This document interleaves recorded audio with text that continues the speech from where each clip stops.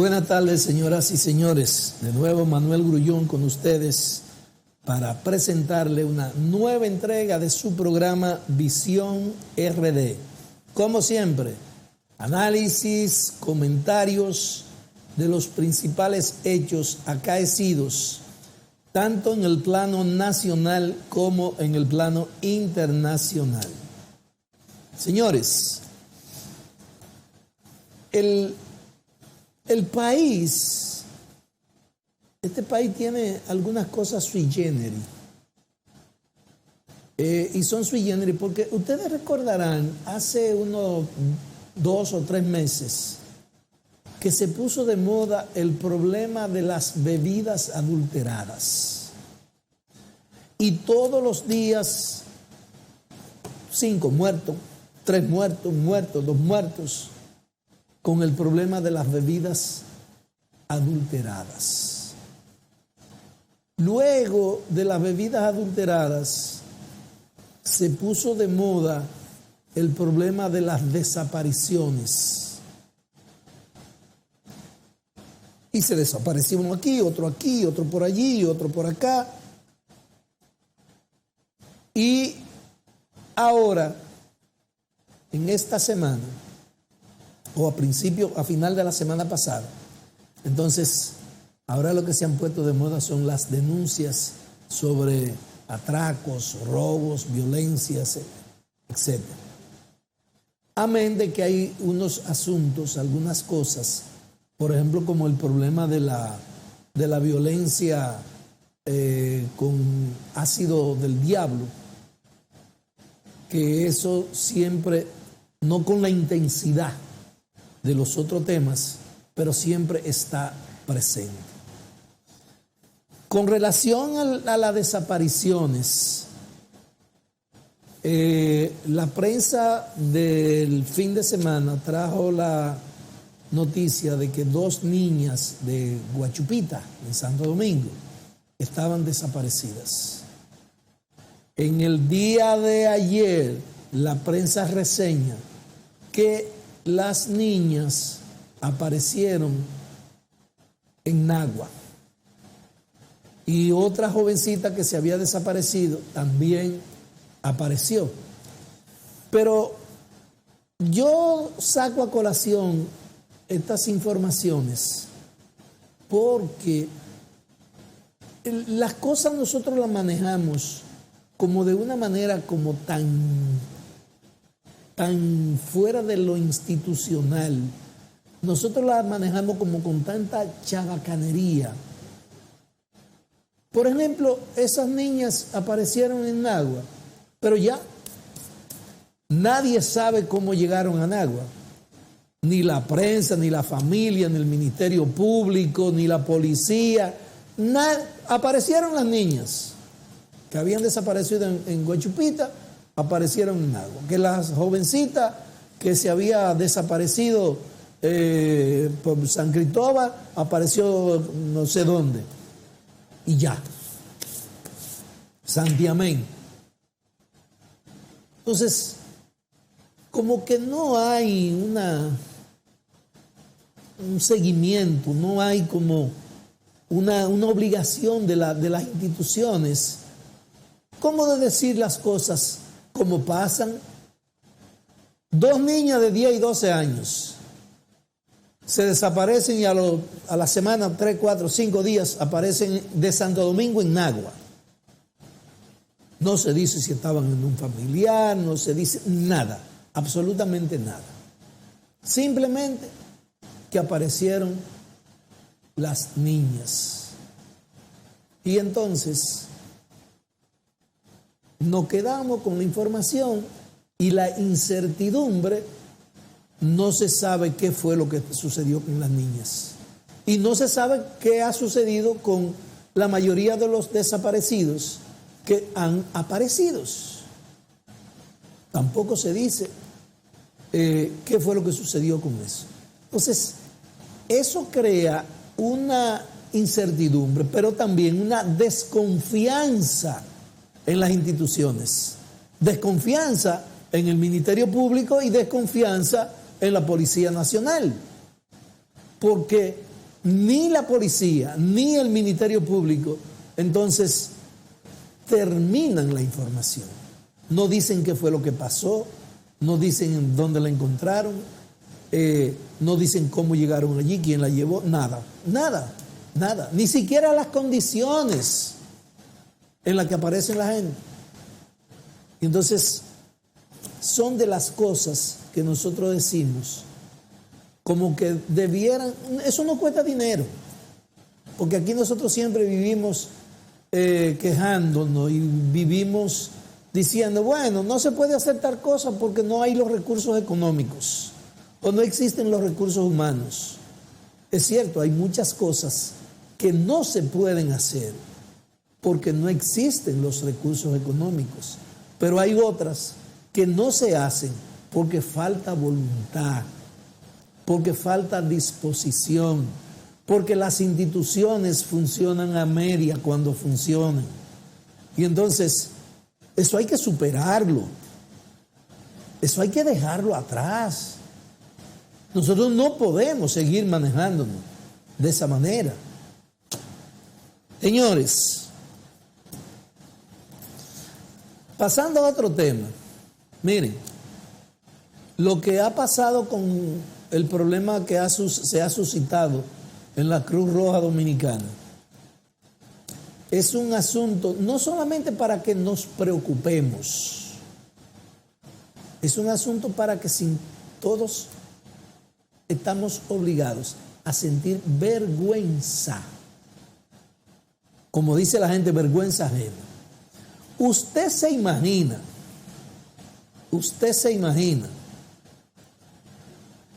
una institución como la Cruz Roja Dominicana, que dos grupos se enfrenten a palo, trompada, incluso con armas de fuego en las manos por la dirección de esa institución. Supuestamente, y yo digo supuestamente porque está bien, la Cruz Roja maneja aproximadamente 800 mil millones de pesos al año, pero la gente que están en la Cruz Roja son voluntarios. El director de la Cruz Roja no cobra, dicen los reglamentos, no cobra un solo peso. Y entonces, si eso es así, ¿por qué tienen que matarse a palo, a tubazo, los miembros directivos de una institución de servicio como la Cruz Roja Dominicana?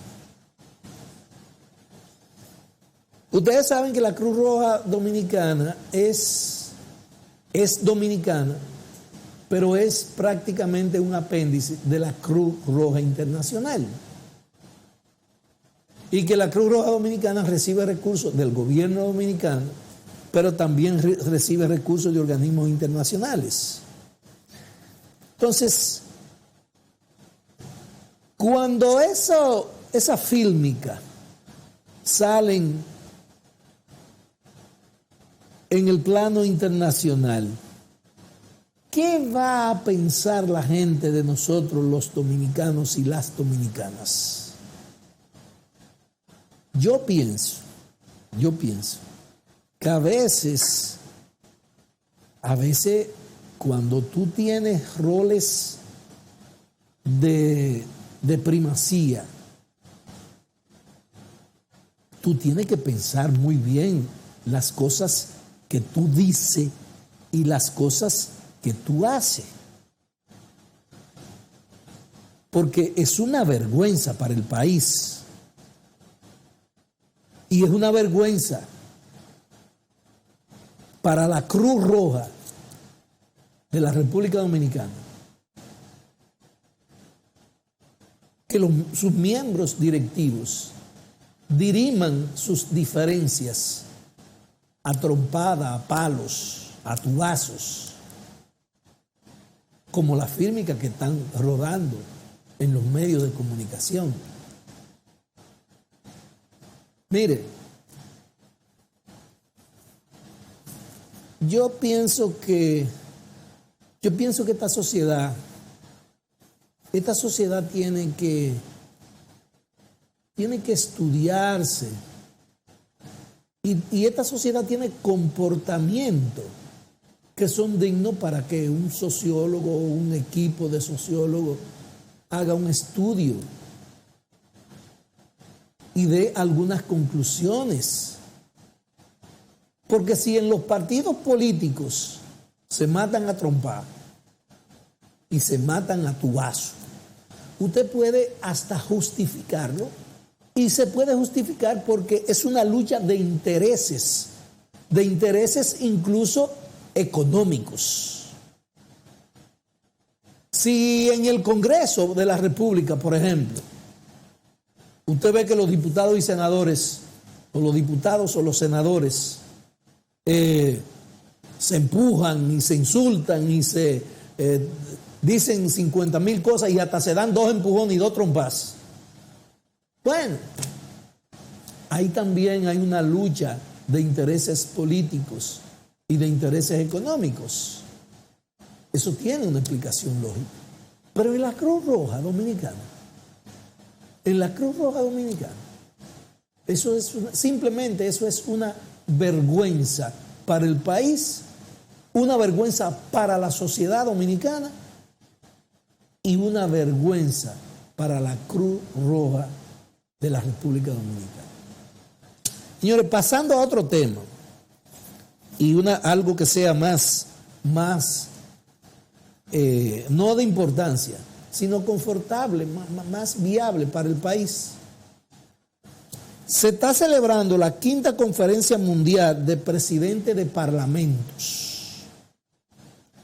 En esa conferencia hay reunido alrededor de 700 parlamentarios de alrededor de 100 países del mundo. Y como nosotros vivimos criticando nuestros legisladores, porque muchas veces ellos no saben cuáles son sus funciones y no le ejercen, cuando nuestros legisladores o un legislador del Congreso de la República Dominicana hace algo loable, positivo, no solamente para el Congreso, sino también para el país, pues nosotros tenemos que celebrarlo. Nosotros tenemos la obligación de aplaudirlo. Y eso es lo que nosotros queremos hacer en el día de hoy con una propuesta que ha hecho el presidente del Senado de la República Dominicana en esa 5ª Conferencia Mundial de Presidentes de Parlamentos.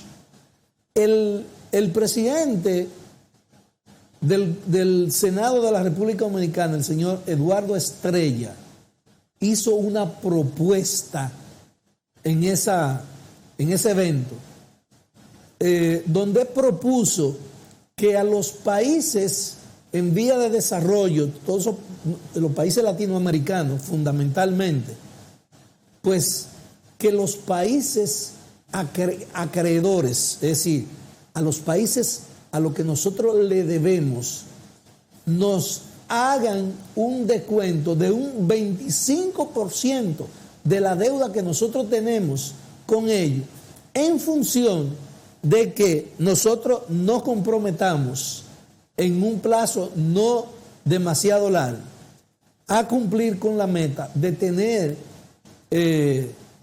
inoculados o tener vacunados el 70% de la población de cada uno de estos países. Y usted dirá, ajá, ¿y qué le importa a los países desarrollados, a los acreedores de los países pobres de Latinoamérica? ¿Qué le importa a ellos si nosotros nos vacunamos o no nos vacunamos? No, señores, no es así. Miren, nosotros estamos viviendo en una sociedad globalizada. El mundo de hoy no es el mundo de ayer. Y ustedes saben por qué yo se lo digo. Fíjese que, por ejemplo, le voy a poner el ejemplo. Si los haitianos no se vacunan, ¿qué usted cree que podría pasar a los dominicanos y dominicanas? Pero si los dominicanos no nos vacunamos, ¿qué le pasaría a los puertorriqueños, a los estadounidenses, a los europeos, España, Alemania, Italia, donde hay presencia de dominicanos y dominicanas? Sí, eso sería un problema para esos países si nosotros no nos vacunamos. Entonces, por eso es tan importante que haya garantía de que en estos países latinoamericanos, de donde hay un trasiego migratorio constante para todos los puntos del mundo, porque ahora mismo hay un problema, por ejemplo, en Brasil, ¿con qué? Con los haitianos. En Chile, ¿con qué? Con los haitianos. Entonces, si los haitianos se vacunan, entonces los chilenos, los brasileños, los mexicanos pueden vivir más tranquilos, tienen menos problemas, porque ese contacto que se da en esas migraciones, pues los riesgos pues se reducirían de manera considerable. Por eso nosotros tenemos, y yo lo voy a hacer aquí hoy, nosotros tenemos que celebrar, nosotros tenemos que aplaudir la propuesta del senador dominicano, presidente del Senado de la República Dominicana, Eduardo Estrella, con la propuesta que hizo en ese cónclave internacional, solicitando que los países ricos o acreedores pues hagan un descuento de un 25% a la deuda de los países pobres latinoamericanos.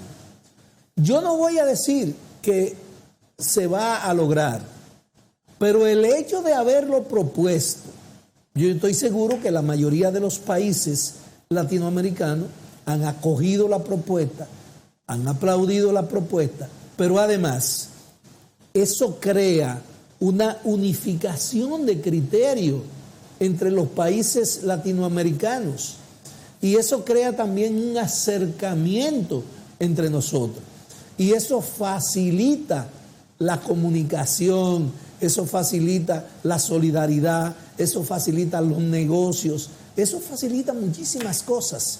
Por eso nosotros queremos saludar la propuesta del senador dominicano en esa quinta conferencia de parlamentarios del mundo.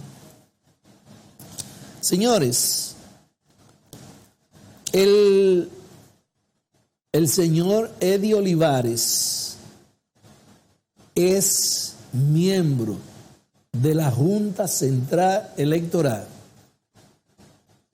Eddie ha hecho una propuesta en el sentido de que en el diálogo que está proponiendo el Poder Ejecutivo a través del presidente Luis Abinader, pues se discuta la posibilidad de que los militares voten en la República Dominicana. Yo no voy a decir que estoy de acuerdo ni en desacuerdo. Estoy más en desacuerdo que de acuerdo. Por el problema de que nosotros somos un país con una debilidad institucional demasiado manifiesta. Y entonces, eso solamente beneficiaría al partido que esté en el poder. Porque hay muchas formas de presionar, de supervisar, de vigilar, de controlar a los militares y a sus familias. Entonces, lo que sí yo creo es que cualquier tema que se vaya a discutir en el diálogo debe democratizarse. Es decir, cualquier tema que se vaya a discutir debe bajarse a los diferentes sectores. Por ejemplo, aquí se propone que los militares voten, pero ni siquiera a los militares se consulta. No, tres gente en un despacho toman la decisión, hacen un acuerdo, yo te doy esto y tú me das esto, y yo te doy por aquí, tú me das por aquí, y bueno, votan los militares. Pero ni siquiera a los militares se le consulta. Y yo pienso que en una situación, en un tema tan complicado como ese, pues obligatoriamente hay que consultar a los partidos políticos. Pero además de los partidos, debe consultarse a la sociedad. Que la sociedad se exprese, que la sociedad diga si está de acuerdo o no está de acuerdo. Porque mientras más personas opinan, mientras más personas participan, más fortaleza, más legitimidad tienen las decisiones que se toman. Y en ese diálogo, una de las cosas que yo entiendo humildemente debe de estar pensando y teniendo en cuenta el Poder Ejecutivo y especialmente el presidente de la República, Luis Abinader, es que las decisiones que se tomen ahí cuenten con el respaldo de la mayor parte de la población y que cuenten con la participación de la mayor parte de la población, de la sociedad dominicana, de manera que las cosas que salgan de ahí tengan la legitimidad suficiente como para no crearle un problema, no solamente al que está hoy en el gobierno, sino al que pueda también venir mañana. Pero no solamente al gobierno, sino también, sobre todo, a la población, al pueblo. Que el pueblo se sienta identificado, que el pueblo se sienta partícipe, que el pueblo esté satisfecho, consciente de las decisiones que allí se van a tomar. Señores, hay un tema que nosotros queremos tocar. Es un tema que salió prácticamente anoche, fue que se hizo público en los medios de comunicación y hoy está reseñado en la mayoría de los medios.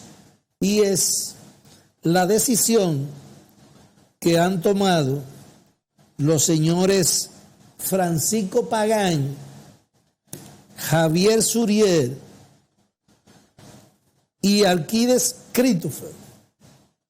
Esos son tres de los imputados en el caso del Pulpo, donde el protagonista o el mayor responsable hasta ahora lo es Alexis Medina, el hermano del presidente Danilo Medina.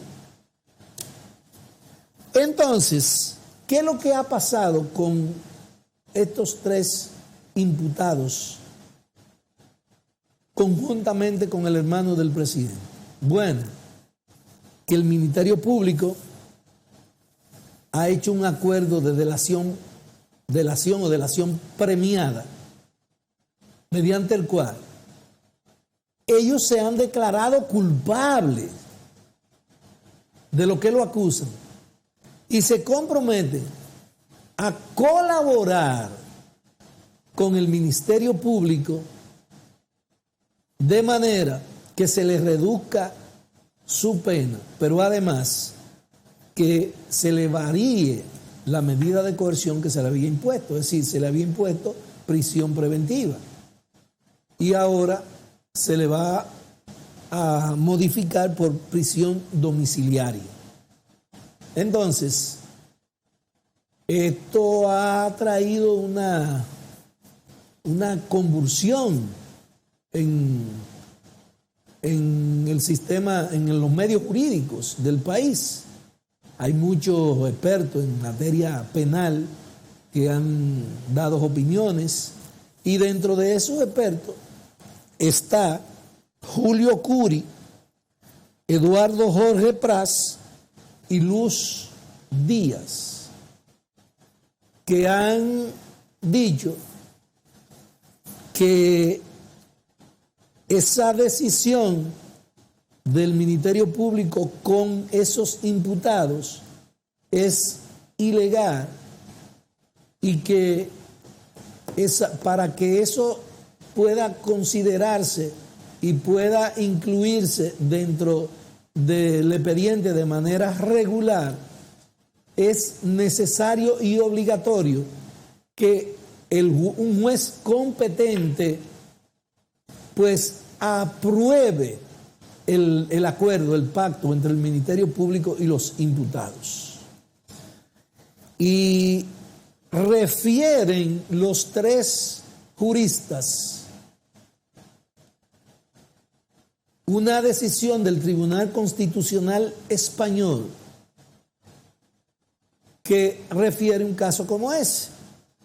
Yo no soy penalista, pero además yo no soy jurista. Yo tengo un título de derecho, pero yo no soy experto en nada de esa cosa.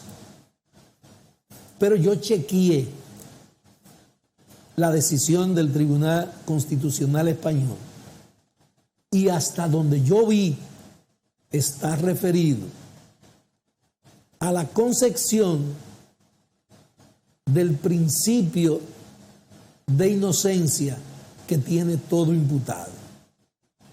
De todas formas, voy a seguir investigando, voy a seguir preguntando, porque todo el mundo sabe cuál es la línea política de Julio Curi y de Eduardo Jorge Prat. Ustedes saben no solamente de qué lado están, sino a quiénes están defendiendo. Evidentemente, yo no estoy descalificando sus aseveraciones. Pienso que en principio tiene lógica, pero hay otras opiniones que entienden que no. Y yo te digo porque, por ejemplo, en Estados Unidos eso es normal, eso se hace en Estados Unidos todos los días 500 veces. Y aquí se ha iniciado ese proceso y también se ha hecho. Y por ejemplo, en el caso de Melusa, ¿cómo es que se llama el señor este que habló hasta por los codos? No recuerdo ahora el apellido. Pero el Ministerio Público también hizo un acuerdo con él, y él habló ahí hasta por los codos. Y yo no escuché a nadie en esa ocasión decir que eso era ilegal y que eso no se podía incorporar al expediente, porque tenía que ser avalada por un juez competente. De todas maneras, es bueno que ustedes sepan que esos tres imputados han decidido colaborar con el Ministerio Público, y dando una lectura elemental a esa situación, lo que eso quiere decir es que la situación del hermano del presidente y de los que están imputados en el caso del Pulpo, la situación se le complica, y se le complica muy, muy, muy complicada. Pero además, eso también tiene una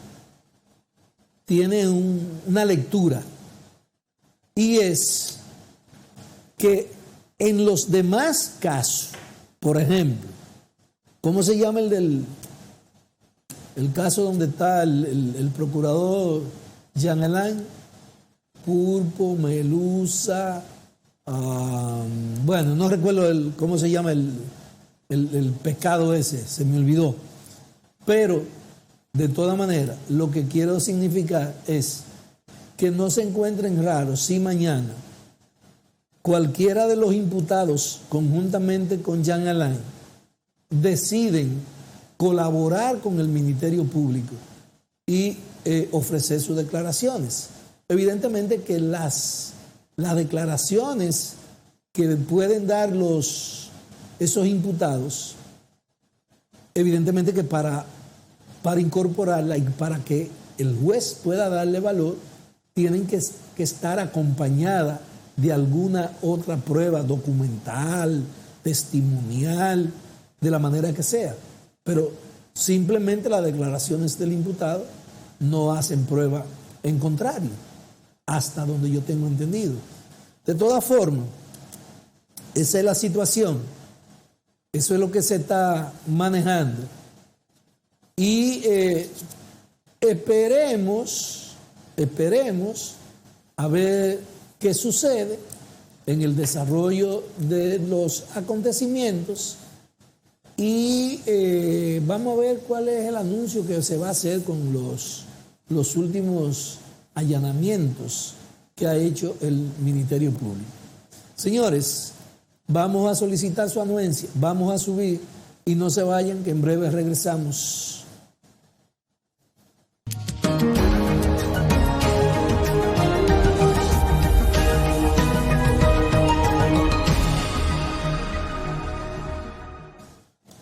Continuamos con su programa Visión RD. Señores, ustedes recuerdan que en la semana pasada la prensa en la República Dominicana reseñó la información de que una representación de la Armada de los Estados Unidos estaba en el país y que estaba en el país con el objetivo de supervisar, orientar, trabajar, dirigir los trabajos que se van a iniciar en el puerto de Manzanillo. Ustedes recordarán que esa información trajo un revuelo. Evidentemente tenía que traer un revuelo. ¿Por qué? Porque no decía, la información que se dio, no decía que técnicos de los Estados Unidos estaban aquí, que vinieron a ayudar, a supervisar, a dirigir, a lo que sea. No. Miembros de la Armada de los Estados Unidos. Lo que quiere decir evidentemente que es una intervención militar, prácticamente. Eso creó un revuelo. Pero 2 días solamente. Oye, no ha vuelto nadie a decir absolutamente nada. El tema salió de los medios de comunicación, oye, como que la gente dice, por arte de magia. Nadie ha vuelto a decir nada. No se sabe quién es que está aquí, qué es lo que buscan, dónde están. ¿Ustedes saben por qué? Ay, si en eso hubiese estado relacionado con un país como Cuba, Venezuela, Bolivia, Argentina, etcétera, etcétera, etcétera. Miren cómo las cosas, cuando no, miren la solidaridad que hay, y eso es bueno que pase. ¿Ustedes saben por qué? Porque hay un refrán que dice que todos los ricos son compadres. Y fíjense cómo la solidaridad que se expresa entre los derechistas, todos se defienden. Incluso el de aquí defiende al de Francia, el de Francia defiende al de Noruega, el de Noruega al de Chile, el de Chile al de El Salvador, el de El Salvador al de Venezuela. Y hay una solidaridad expresa fundamentalmente. Mientras los famosos progresistas, liberales, izquierdistas, son todos enemigos y no hay ninguna manifestación de solidaridad. ¿Ustedes saben por qué se sacó de los medios de comunicación como por arte de magia esa situación? No le convenía a esos grupos económicos que sustentan esa presencia y esos negocios. De todas maneras, nosotros vamos a seguir investigando, porque en otra ocasión nosotros vamos a plantear el tema con más detalle. Vamos a aprovechar ahora para poner un pequeño video sobre la vacuna en Cuba. Máster, por favor, colócame el video y dale volumen. Cuba anunció que 2 de sus candidatas vacunales tienen una eficacia contra el coronavirus a la altura de las que ya se están aplicando en todo el mundo. Con esta noticia, en la isla ya elaboran un ambicioso plan de vacunación para lograr la inmunidad de grupo en pocos meses. De llegar a buen puerto, no solo sería el primer país latinoamericano en conseguirlo, sino también el primero en hacerlo con tecnología 100% propia. Sin embargo, tanto Abdala como Soberana 2 deben superar algunos obstáculos todavía, como la validación burocrática interna y las dificultades para producirla en masa en un corto plazo. Esta es la segunda vez que abordamos el tema de las vacunas cubanas y esperamos que, al contrario que como sucedió con la primera, Facebook no elimine el video sin siquiera ofrecer explicaciones. Así que no lo dejen para después, que nunca se sabe. Ahí les va.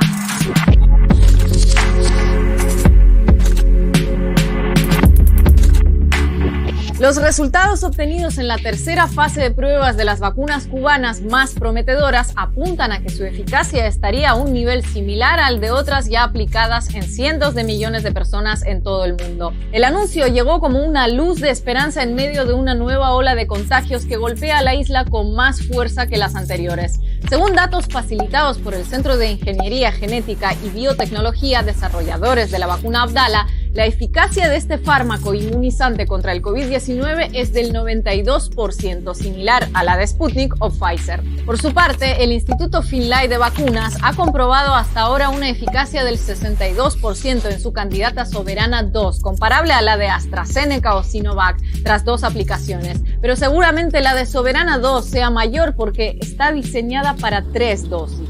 Desde el inicio de la pandemia, Cuba se mostró confiada en su capacidad para inmunizar a la población sin depender de las vacunas de otros países. La isla produce casi el 80% de las vacunas que integran su programa nacional de inmunización. Además, ya desde el siglo pasado utiliza su propio suero contra la hepatitis B y dispone de otros 2, también de producción nacional, contra la meningitis B, que también se aplican en otros países. La comunidad científica cubana también cuenta entre sus aportes con una vacuna pentavalente que protege contra 5 enfermedades al mismo tiempo. Por todo esto, a día de hoy, Cuba es uno de los contadísimos países del mundo que en su lucha contra la pandemia solo ha recurrido a vacunas diseñadas exclusivamente en su propio territorio. Un breve apunte antes de que algunos enloquezcan en los comentarios, que ya los veo venir, porque si ya algunas personas se ponen nerviosas cuando te sales mínimamente del guión en asuntos relativos a Cuba, imaginen cómo es cuando te sales del guión con Cuba y con las vacunas contra el coronavirus al mismo tiempo. Menudo atrevimiento. No vinimos a convencerlos de que las candidatas vacunales cubanas sean seguras, efectivas, buenas y bellas. No tenemos las herramientas ni para confirmarlo ni para desmentirlo. Nuestro trabajo es conseguir la mayor cantidad de datos sobre el tema y presentárselos. Ya después ustedes piensan lo que les provoque, les aseguro que no nos quitará el sueño, sea lo que sea. Y en nuestra búsqueda por saber más, hicimos lo más lógico: contactar a algunas de las personas relacionadas directamente con el desarrollo de estas vacunas. Sí, empiezo. Sí.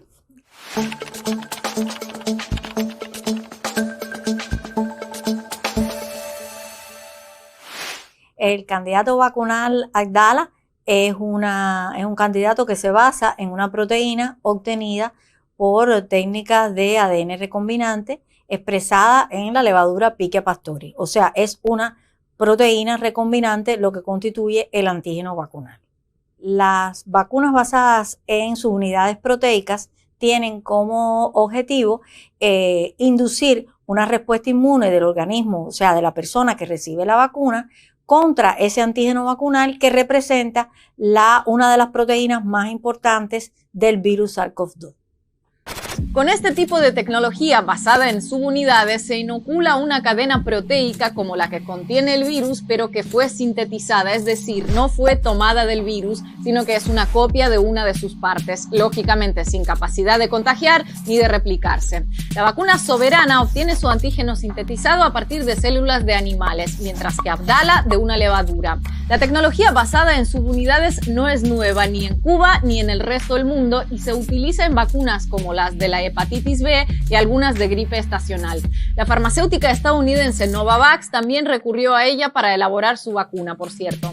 La desventaja de las vacunas de subunidades es que requieren varias dosis. En el caso de las más avanzadas entre las cubanas, 3 dosis administradas en un lapso de 2 semanas. En la tercera fase de ensayos de Abdala participaron casi 50.000 voluntarios y es a partir de esa muestra que se obtuvo la cifra de eficacia que divulgaron las autoridades de la isla.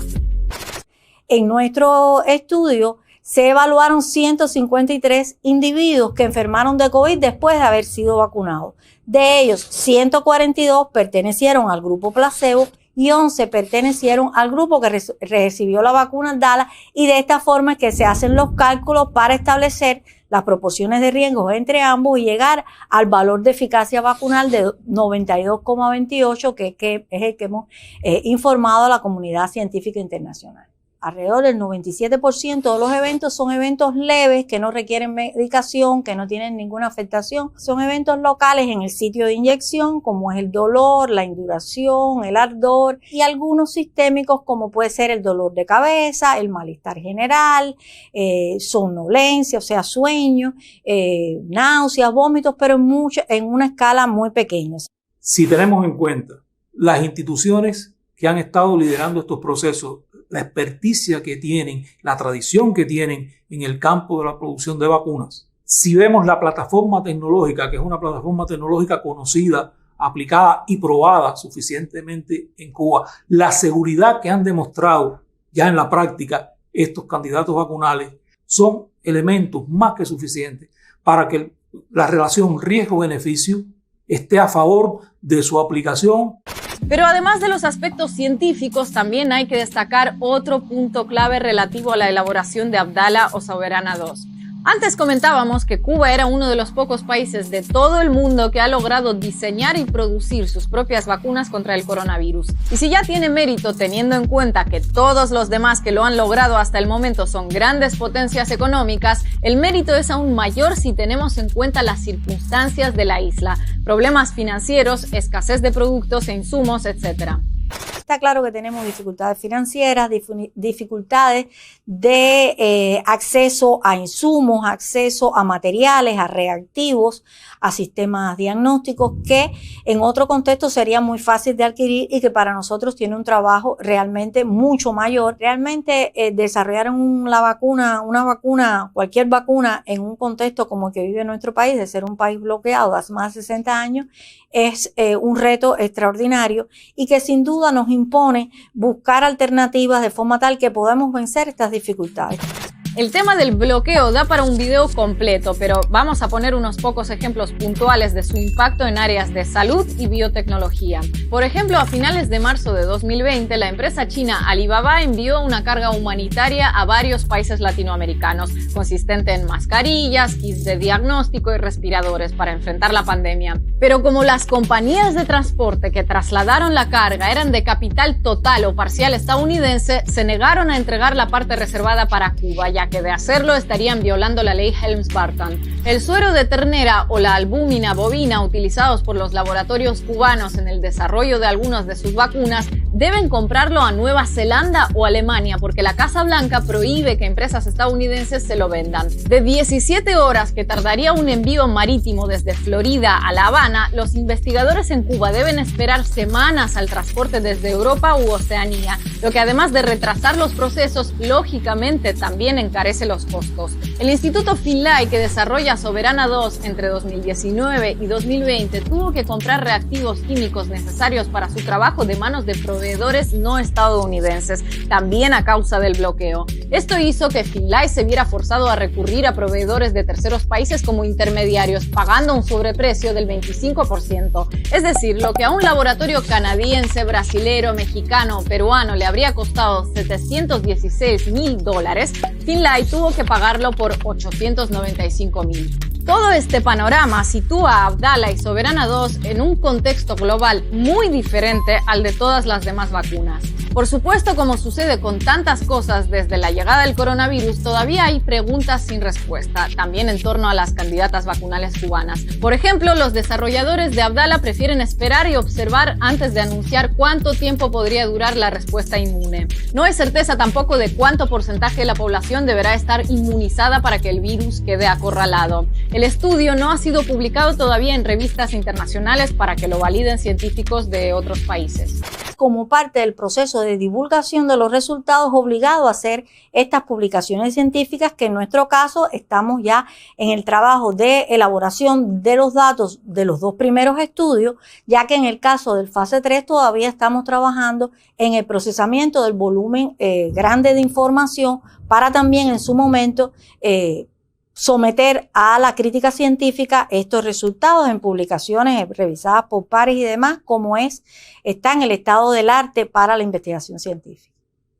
Nosotros tenemos que evaluar a largo plazo qué pasa con la respuesta inmune. Nosotros hemos evaluado la duración de la respuesta inmune, digamos, a un plazo relativamente breve, pero está como parte del diseño de nuestras investigaciones el poder continuar en el tiempo, ver cómo se comporta la respuesta inmune de los individuos y además cómo se comporta la respuesta o la eficacia de la vacuna.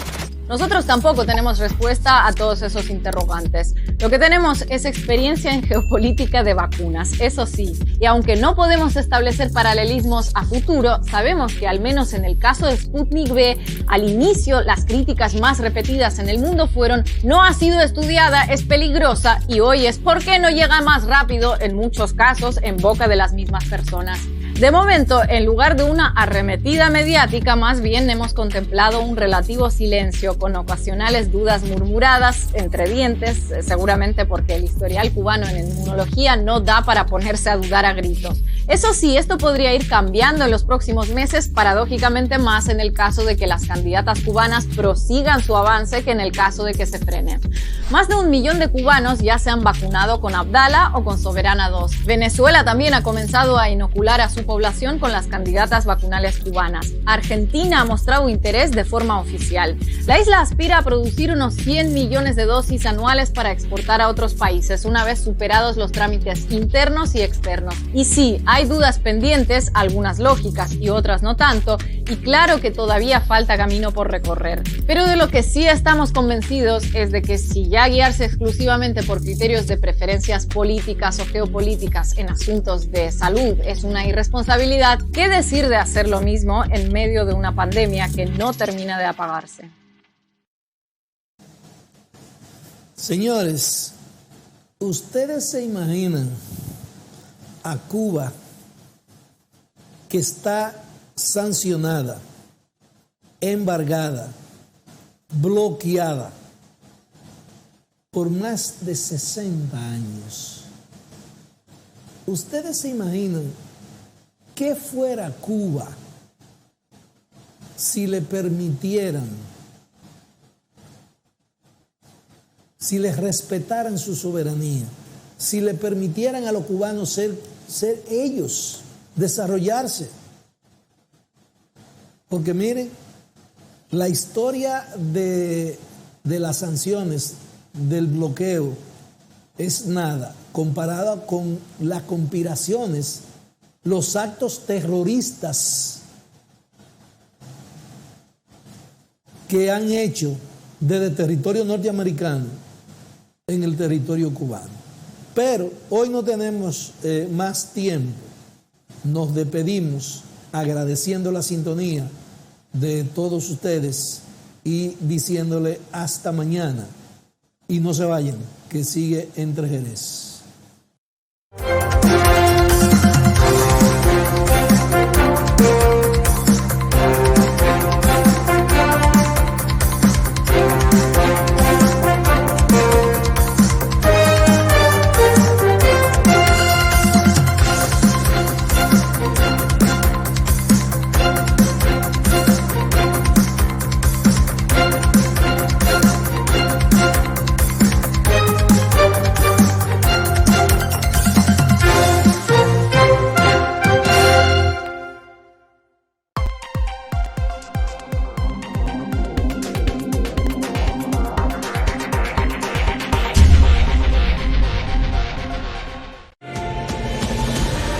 Esto trata de cumplir con un acto de amor por la vida.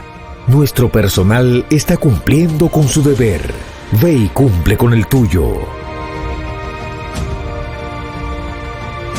Ha llegado la esperanza que tanto esperábamos para seguir cada día más fuertes. Vacúnate contra el COVID-19. Hazlo ya. Vacúnate para que pronto demos cálidos abrazos. Lo que haces hoy, mañana será historia. Haz lo correcto. Vacúnate ya. Un mensaje de Televiaducto, Patrimonio de los Mocanos. Vecino, así no, porque así no logramos lo que queremos. Y con eso estamos violando leyes. Para eso hay normas. Cuando le ponemos al ayuntamiento trabajo que él no tiene que hacer, nos hacemos daño todos. Tú, que afeas tu frente, a nuestros vecinos, que sienten vergüenza ajena, y al orgullo de la mocanidad. Evita la vergüenza pública para que tu hogar o negocio no aparezca en esta pantalla. Que por Moca todos pongamos el ejemplo, y no que por uno solo nos convirtamos en vergüenza nacional.